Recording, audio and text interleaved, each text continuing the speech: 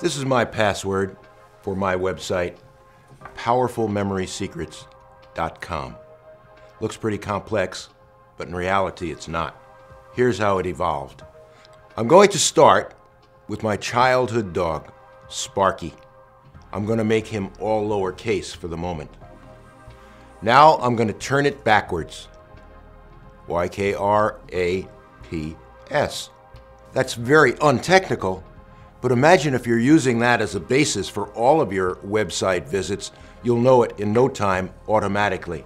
The next thing I'm going to do is take the third and fourth letter of the name of the website, capitalize them, and put them in the third and fourth place of the name. So the third and fourth letter of powerful, W-E, capitalized, now goes over here.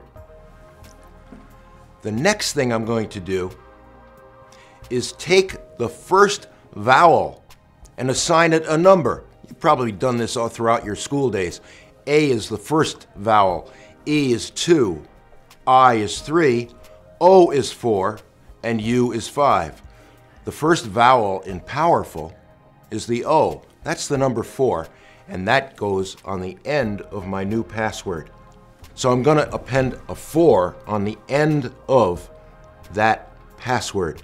I now have a virtually indecipherable password with 3 of the 4 possibilities that the experts tell us about: capital letters, lowercase letters, and numbers.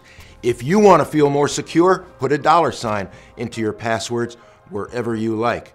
That is pretty unbreakable. Here's an interesting tip. If you think you may have a problem for the first few days or the first week or so of learning this system, create a sample. Create a password for an imaginary website called Sample. You're going to take your dog's name or your old friend's name and turn it backwards, lowercase. You're going to take the third and fourth character. Third and fourth character of sample is the M and the P, and you're going to slug those into the third and fourth place of your password.